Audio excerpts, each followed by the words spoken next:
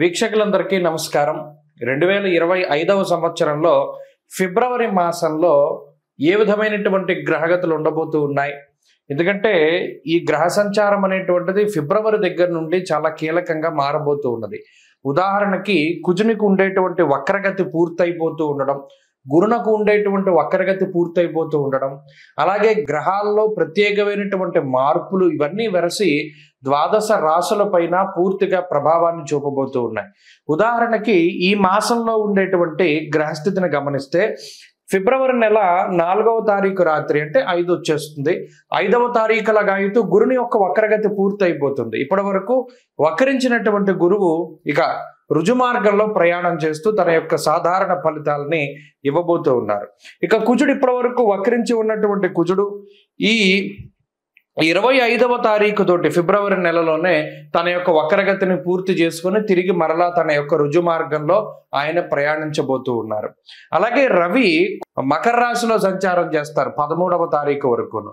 ఆ తదుపరి 13వ తారీఖు లగాయితూ కుంభరాశిలో రవి శని గ్రహాల యొక్క యుతి.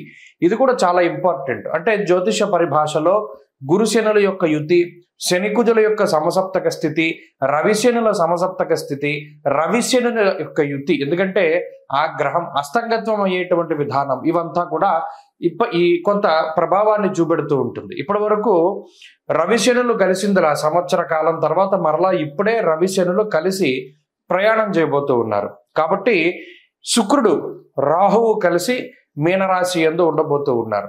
ఇలా ఉన్నప్పుడు ఈ ఫిబ్రవరి మాసంలో ద్వాదశ రాశులకు ఏ విధమైన ఫలితాలు కలగబోతాయో మనం తెలుసుకుందాం.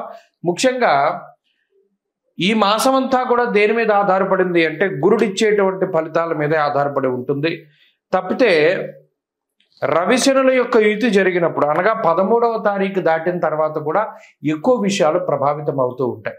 కాబట్టి ఈ విషయాలను నిశ్చితంగా పరిశీలన చేద్దాం. అందులో భాగంగా ద్వాదశ రాశుల యొక్క ఫలితాలని మనం చూద్దాం. వృశ్చిక రాశి వారికి ఫిబ్రవరి నెల ఏ విధమైన ఫలితాన్ని ఇస్తోంది అనేటువంటి విషయాన్ని పరిశీలన చేస్తే వీళ్ళకి చాలా గొప్ప ఊరట. సప్తమంలో గురుడు ఉన్నారు, పూర్ణం ఫలితం గురుడు ఇవ్వాలి, కానీ గురుబలం తగ్గిపోయింది. గురుడు వక్రించినటువంటి తాలూకు ఫలితాలు గురువు వక్రగతిలో ఉన్నంత కాలము కూడా అంటే 2024 July, August, September, October, November, December ఈ జూలై దగ్గర నుండి ఉండేటువంటి నెలలన్నీ కూడా ఈ వృశ్చిక రాశి వారు పడ్డంత మానసిక క్షోభ ఇంకొకళ్ళు పడలేదు. సప్తమంలో ఉండి వక్రించి ఉన్న వాళ్ళకి కుటుంబాలు విచ్ఛిన్నమైపోయాయి, వైవాహిక జీవితాలు నాశనం అయిపోయాయి.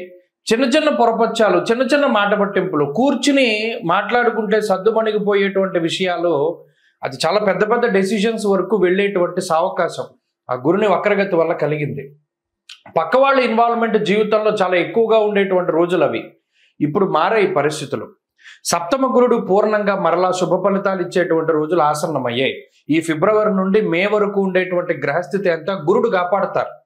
అయితే ఇక్కడ ఇంకో విషయం ఏంటంటే అష్టమ కుజుని యొక్క దోషం. అదేంటండి, ఎప్పుడు ఏదో ఒక స్థితి, అర్ధాష్టమ శను, అష్టమ కుజుడు, అర్ధాష్టమ రాహువు, ఇలా ఎవరో ఒకళ్ళు ఇలా ఇబ్బంది పెట్టినా కూడా గురుబలం ఉన్నంత వరకు ఏమీ చెడు జరగదు. ఆ గురుడు ఒక్కరు కాపాడతారు. అది ఎంత పెద్ద సముద్రమైనా, ఎంత లోతున్నా మునిగిపోతూ ఉన్న వాడిని ఒక చిన్న ధర్మాకోల్ షీట్ కాపాడినట్టు గురుడు ఏదో ఒక చిన్న వెసులుబాటు మీకు కల్పిస్తారు. ఏదో ఒకటి అడ్డు వేసి కాపాడుతూ ఉంటారు. అందుకని గురుబలం అంత ఇంపార్టెంట్ వృశ్చిక రాశి వారికి. ఇప్పుడు అది వచ్చింది.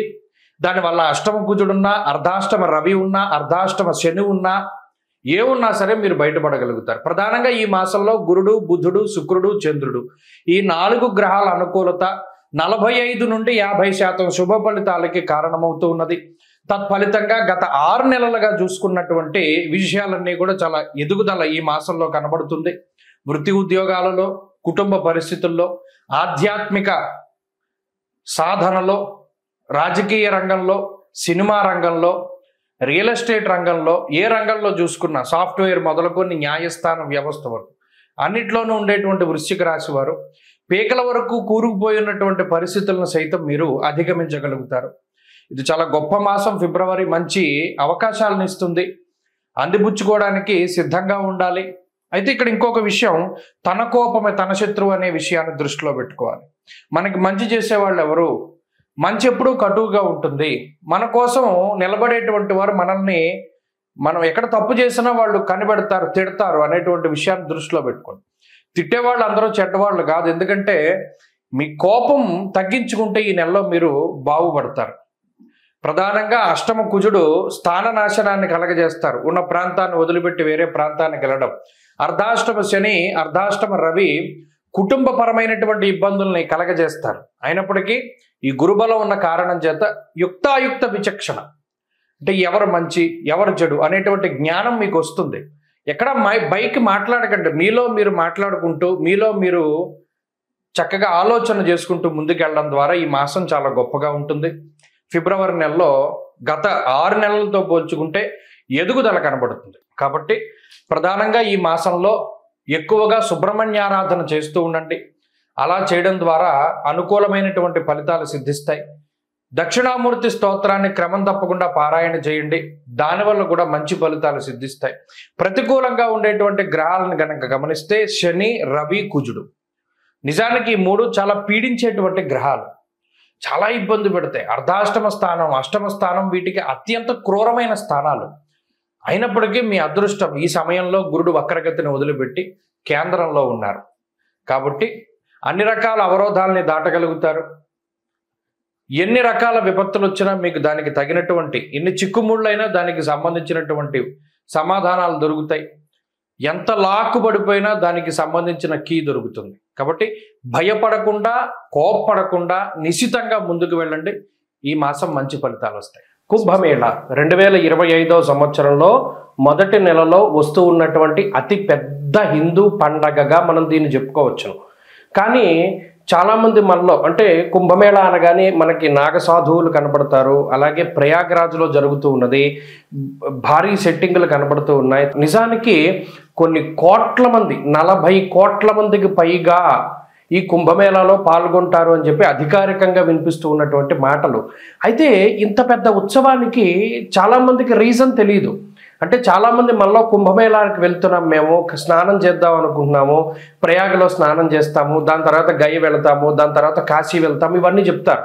నిజానికి అసలు మనం చేస్తూ ఉన్నటువంటి దానికి పారమార్థికం ఏమిటి, అంటే కుంభమేళ అంటే ఏమిటి, మనం అక్కడికి ఎందుకు వెళ్ళాలి, దానిలో ఎందుకు స్నానం చేయాలి. ముఖ్యంగా పేరు చూస్తే కుంభమేళ, ఇది హిందూ పదం.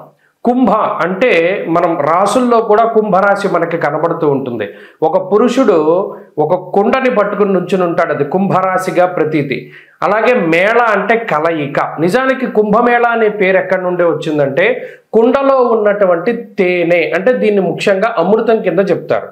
దేవతలు, రాక్షసులు 12 సంవత్సరాల పాటు మందర పర్వతాన్ని ఆధారంగా చేసుకుని పరమేశ్వరుడైనటువంటి మహానుభావుడు శ్రీ మహావిష్ణువు ఆయన కూర్మావతారంలో కింద పర్వతం కింద ఉండగా వీళ్ళు కవ్వం కింద చేసుకుని ఈ దేవతలు, రాక్షసులందరూ కూడా అమృతం కోసం ఈ పర్వతాన్ని జిలుకుతారు. అదంతా కూడా మనకి తెలిసినటువంటి విషయమే.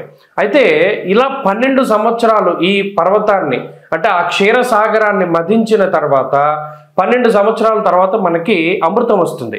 ఈ వచ్చినటువంటి అమృతాన్ని ఎవరు తీసుకోవాలి అనేటువంటి ఈ తోపులాట్లో ఆ కుండలో ఉన్నటువంటి ఆ అమృతము 4 చినుకులు, అంటే చిన్న చిన్నవి 4 ప్రాంతాల్లో పడతాయి భారతదేశంలో. ఆ 4 ప్రాంతాలే ప్రయాగ్రాజ్, ఉజ్జయిని, అలాగే నాసిక్లో ఉన్నటువంటి త్రయంబకేశ్వర్, ఇక 4వది హరిద్వార్. మీరు ఎప్పుడైనా చూడండి కుంభమేళాలు జరిగినప్పుడు ఈ 4 ప్రాంతాల్లోనే జరుగుతాయి. దానికి కారణం ఇది. ఆ అమృతం, ఆ కుండ ఏదైతే మహానుభావుడైనటువంటి శ్రీ మహావిష్ణు స్వరూపంలో ఆయన ధన్వంతరి తీసుకొచ్చినటువంటి అమృత కలశం ఉన్నదో దానిలో నుంచి 4 బిందువులు పడ్డాయి భారతదేశంలో ఈ 4 ప్రాంతాల్లో. అందుకనే ఈ 4 ప్రాంతాల్లోనూ కుంభమేళ అనేటువంటిది నిర్వహిస్తారు. ఫస్ట్ ఆఫ్ ఆల్ ఈ పాయింట్ మనం గుర్తుపెట్టుకోవాలి. ఇక రెండవది, ఎప్పుడెప్పుడు జరుగుతాయండి కుంభమేళ అంటే, ప్రతి కుంభమేళ అంటే ఇందులో మనం ఒకటి గుర్తుపెట్టుకోవాలి, 12 సంవత్సరాలకి ఒకసారి కుంభమేళ జరుగుతుంది. అయితే ఇది ఎలా జరుగుతుంది, కాల నిర్ణయం 12 సంవత్సరాలు. ఇప్పుడు మనం గురుని బట్టే మనం పుష్కరాలు వస్తూ ఉన్నాయి. గురుని బట్టి ఎందుకు వస్తాయి పుష్కరాలు, అది కూడా మనం ఆలోచించాలి. మనం గుడ్డిగా వెళ్ళిపోకూడదు. ఓకే, గురుని బట్టి పుష్కరాలు వస్తాయి అంటే ఎందుకు వస్తాయి, ఇక్కడ దేవగురుడైనటువంటి బృహస్పతికి సంబంధించినటువంటి మానము ఒకటి ఉన్నది, అంటే కొలత. బారుహస్పత్య మానము అన్నాం. ఇప్పుడు మనం ఉన్నాము చాంద్రమానాన్ని అనుసరిస్తాం. సౌరమానం ఒకటి ఉంటుంది, బారుహస్పత్య మానం ఒకటి ఉంటుంది. ఇలా కాలానికి ఉండేటువంటి కొలమానాలు ఒక్కొక్క గ్రహాన్ని ఆధారంగా చేసుకుని ఒక్కొక్కటి ఉంటూ ఉంటాయి. ఇప్పుడు ఉత్తరాదిలో ఉండేటువంటి కొలమానం అంతా బారుహస్పత్యమానము, సౌరమానము అంటారు. ఈ సౌరమానం, బారుహస్పత్యమానాల ఆధారంగా సూర్యుడు, గురుడికి సంబంధించినటువంటి గ్రహ గమనాలను బట్టే ఈ కుంభమేళా వస్తూ ఉంటుంది. ఈ రవిగురుల యొక్క మార్పులు, ముఖ్యంగా రవిగురులు ఇద్దరూ కలిసి వృశ్చిక రాశిలో ఉన్నప్పుడు ఉజ్జయినిలో ఈ కుంభమేళా నిర్వహిస్తారు. అలా కాక రవి మకర రాశిలో సంచరిస్తూ గురుడు వృషభ రాశిలో సంచారం చేసినప్పుడు ప్రయాగలో కుంభమేళా నిర్వహిస్తారు. అలాగే రవి మేషరాశి యందు, గురుడు కుంభరాశిలో ఉండగా హరిద్వార్లో కుంభమేళా నిర్వహిస్తారు. అలాగే రవి గురులు ఇద్దరు కూడా సింహరాశిలో సంచారం చేస్తూ ఉన్నప్పుడు ఆ సమయంలో నాసిక్లో ఉన్నటువంటి త్రయంబకేశ్వర్లో మనకి కుంభమేళా నిర్వహిస్తారు. కాబట్టి ఎప్పుడు పడితే అప్పుడు రావు. ఇందులో 12 సంవత్సరాలకి ఒకసారి కుంభమేళా వస్తుంది. 12 కుంభమేళాలు పూర్తయితే దాన్ని ఒక మహాకుంభమేళా అన్నారు. అంటే ఈ లెక్కన మహాకుంభమేళా ఎప్పుడు వస్తుంది? 12లో 144 సంవత్సరాలకి ఒక్కసారి మాత్రమే మహాకుంభమేళా వస్తుంది. ఈ కుంభమేళా వచ్చింది అంటే ఈ 45 రోజుల పాటు సిద్ధులు, యోగులు, మునులు, ఋషులు, కంటికి కనబడనటువంటి శరీరాలతో తిరుగుతూ ఉండేటువంటి వారు, తేజస్వరూపులు, దేవతలు, యక్షులు, కిన్నెరలు, కింపురుషులు, గంధర్వులు ఎవరైతే ఉన్నారో వారందరూ కూడా ఈ కుంభమేళాలో స్నానం ఆచరిస్తారు. అందుకనే దానికి అంతటి ప్రాధాన్యత. మరి ఇంతమంది మహానుభావులు స్నానం చేస్తూ ఉంటే అందులో కూడా మనం ఆ సమయంలో స్నానం చేయడం ద్వారా ఈ శరీరాన్ని అంటిపెట్టుకున్నటువంటి పాపరాశి అంతా దగ్ధమైపోతుంది అన్నాడు. ఇంకా అంతకు మించి మానవ జన్మకి కావాల్సింది ఏముంది?